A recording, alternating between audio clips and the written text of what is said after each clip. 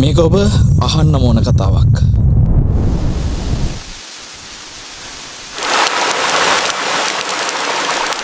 ගුණාටුවක් දක්වා වර්ධනය වී ඇති අතර ඉදිරි පැය කිහිපය තුලදී වර්ෂාපතනය වැඩිවීමක් අපේක්ෂා කළ හැක. මේ සැරේ මොන වින්නහියක් වෙන්න යනවද කියලා මට බය. මේවා අපි පුංචි සන්දියේ ඉඳලා හිටපු ගෙවල්. හැමදාම වහිද්දි අපිට අයින් වෙන්න කියලා කොහොමත් කියනවා. අද වෙනකල් ආන්තරාවක් උනේ නෑනේ. ඒ වුණාට අම්මේ මගේ හිතට මොකද්දෝ අමුත්තක් දැනෙනවා.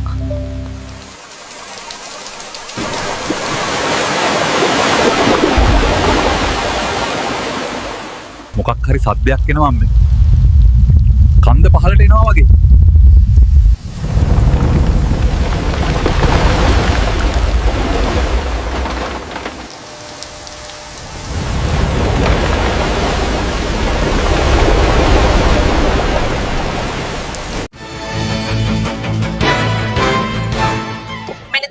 විශේෂ පුවතක් මීට සුළු මොහොතකට පෙර බදුල්ල ප්‍රදේශයේ නායාමක් සිදු වී ඇත.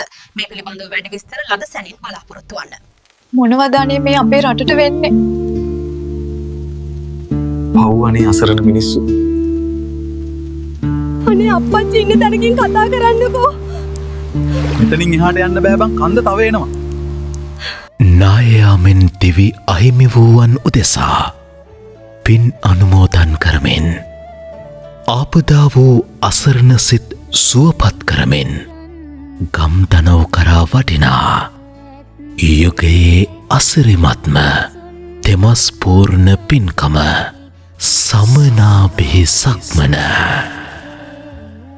සංගරුවන් පින්කෙතක් වූ හංගුරංකෙත සිට බුදුපා පහසලද මුතියංගනය දක්වා සුසිල්වත් මහා සංගරුවනේ කරුණාවේ සද්දින පාදයාත්‍රාව සමනාභිහි සක්මන